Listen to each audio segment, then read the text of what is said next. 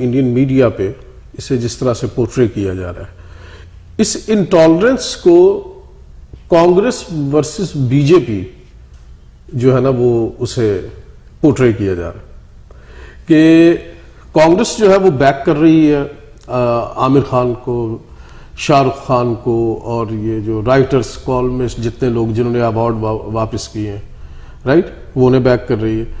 اور B J پی کا stance جو ہے وہ بڑا سیف ہے، یعنی کہ وہاں پہ جو ان کے الیکٹرانک میڈیا پہ جو لوگ آتے ہیں بی جے پی کے ریپرزینٹیٹیو سمویت پاترا وغیرہ، انہوں نے بڑا ریسپیکٹفلی، انہوں نے اختلاف ضرور کیا عامر خان سے، لیکن انہوں نے بڑا ریزنیبل وے میں تو آپ کیا یہ سمجھتے ہیں کہ وہ سیگمنٹ آف سوسائٹی جس کا آپ اشارہ کر رہے ہیں اس کے پیچھے، کیونکہ کانگریس اس وقت وہاں کی ایک ان پاپولر جماعت ہے، تو کیا اس سیگمنٹ کے پیچھے اس انٹالرنس کو ہوا دینے میں کیا کانگریس بھی کوئی رول پلے کر رہی ہے؟ آپ کو کیا لگتا ہے؟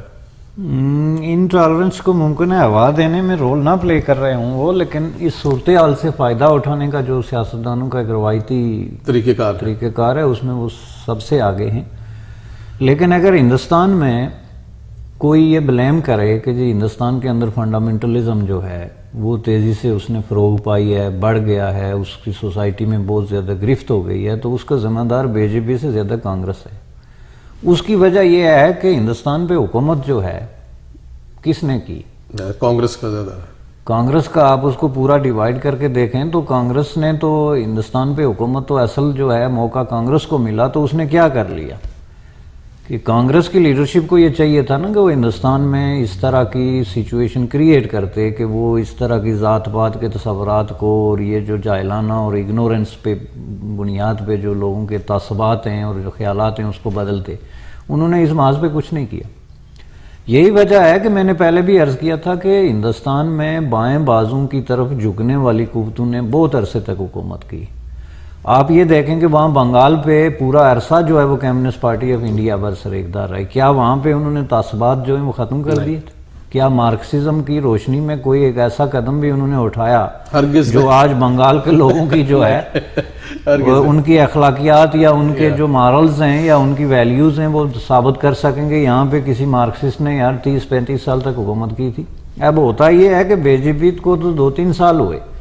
جس طرح کہ یہ جو پرو سیکولرسٹ کانگریس ہے یا کمیونسٹ پارٹی آف انڈیا ہے انہوں نے کوئی بہت بڑی تبدیلی سوسائٹی میں نہیں لائی، اسی طرح یہ بی جے پی کے لیے بھی پاسبل نہیں ہے کہ وہ ہندوستان میں کوئی ہندوازم کا یا ہندوتوا کا کوئی بہت بڑا جو ہے وہ سلسلہ قائم کر سکیں. لیکن یہ ہے کہ اس میں ذمہ داری جو ہے وہ بہرحال ان کی یہ ضرور ہے کہ ایز اے لیڈرشپ یہ ان کے لیے ضروری تھا کہ وہ اس کو پورے طریقے سے کنڈم کرتے، اور یہ اس طرح کے جو گورنمنٹ کے اندر بیٹھے ہوئے لوگ ہیں وہ جب اس طرح کے بیانات دیں تو ان کے خلاف باقاعدہ ایک احتساب جو ہے وہ ہونا چاہیے. ادروائز یہ جو ہے وہ ایک ایسی چیز ہے کہ جس کے بہت خطرناک نتائج نکل سکتے ہیں. میں بشیر صاحب ایک چھوٹا سا سوال تاکہ میں چاہتا ہوں کہ ہم اس ڈیبیٹ کو کی کوئی ایک نہج، کوئی ایک منطقی نتیجہ ضرور اس میں سے حاصل کریں. 50 کی دہائی میں یا 60 کی دہائی میں جب پاکستان میں تبدیلیاں رونما ہو رہی تھی، منٹو صاحب نے ایک افسانے میں یہ کہا کہ یہ بندوق سے مذہب کو شکار کرنے کی کوشش کی جا رہی ہے، اور اس کے نتائج جو ہیں جب ہمیں امریکی ایڈ اور بہت ساری چیزیں یہاں پہ بہت بڑی، میں اس تفصیل میں نہیں جانا چاہتا، ہمارے پاس وقت کم ہے. تو منٹو، سعادت حسن منٹو نے اس انتہا پسندی کی نشاندہی کی جس کی بنیاد اس وقت ہمارے ملک میں رکھی جا رہی تھی.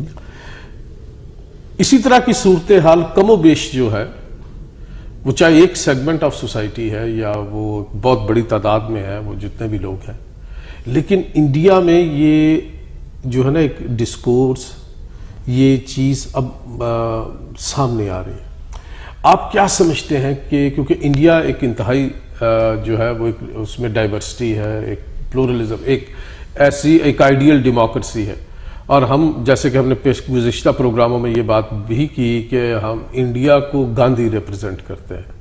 یہ جو لوگ ہیں یہ انڈیا کو ہرگز اس کی نمائندگی نہیں کرتے. انڈیا جو ہے وہ اس پہ پاکستان انڈیا کے لاکھ اختلافات ہوں، انڈیا ایک جو ہے ایک ایسا ملک ہے جس کی نمائندگی جب ہمارے خطے کے لوگ سوچتے ہیں اس کے حوالے سے تو اس میں لتا منگیشکر کو سوچتے ہیں، اس میں گلزار صاحب کو سوچتے ہیں، اور ہمارا تصور انڈیا کے حوالے سے بالکل مختلف ہے.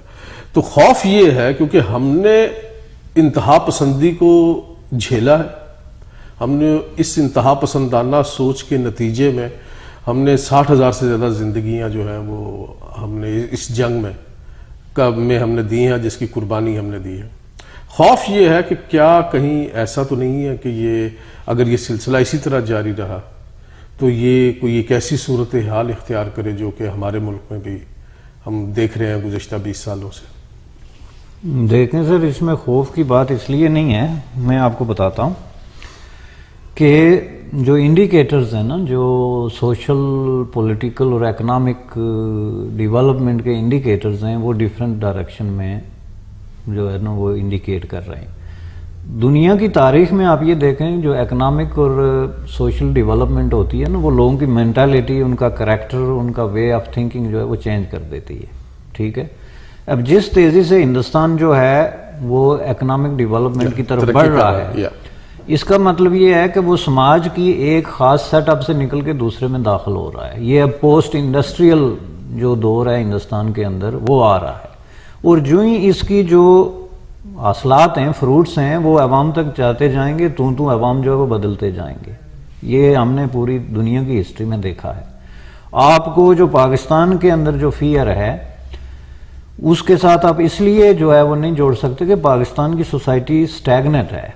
وہاں پہ فیوڈلزم اور ٹرائبلزم نے سوسائٹی کو کب بالکل ایک جگہ پہ باندھ کے رکھا ہے، اس کے پاؤں کی زنجیریں جو ہیں نا وہ بن کے بیٹھے ہوئے ہیں.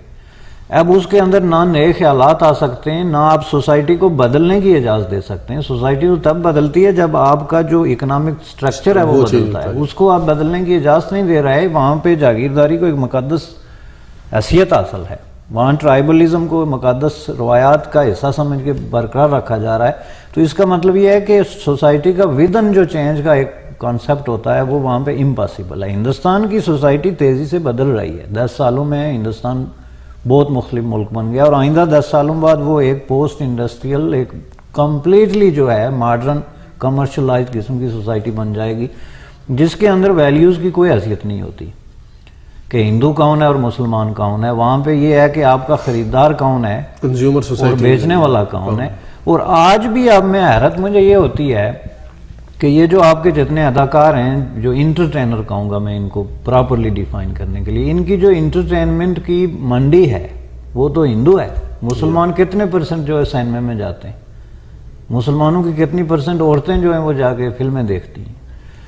ان کی جو جس کو وہ پروڈکٹ بیچ رہے ہیں ان کے ساتھ ان کا کنٹراڈکشن کیسے ہے؟ ان کا کنٹراڈکشن تو ان لوگوں کے ساتھ ہونا چاہیے جو ان کی جو کام وہ کرتے ہیں اس کی مخالفت کریں، جو مسلمان ہیں. ان کی وے آف لائف کی لائف سٹائل کی مخالفت کریں جو مسلمان کرتا ہے. ان کا جناب جو بھی طرز زندگی ہے، سوچنا، اٹھنا، بیٹھنا، ناچنا، گانا، اس سب کے تو مسلمان خلاف ہیں. ہندو تو اس کو اپریشیٹ کرتے ہیں. تو ہندوؤں کو وہ اپنا پروڈکٹ اور اپنا ٹیلنٹ بیچ رہے ہیں، تو اس کے بدلے میں ان سے خوفزدہ ہونے کی کیا بات ہے؟ وہ تو ان کو پیار دے رہے ہیں بھائی. یہ تو فنڈامنٹلزم کے ہاتھوں میں کھیلنے والی بات ہو گئی نا کہ اب ان کی بولی بولنا شروع ہو جائیں. بہت بہت شکریہ بشاری صاحب.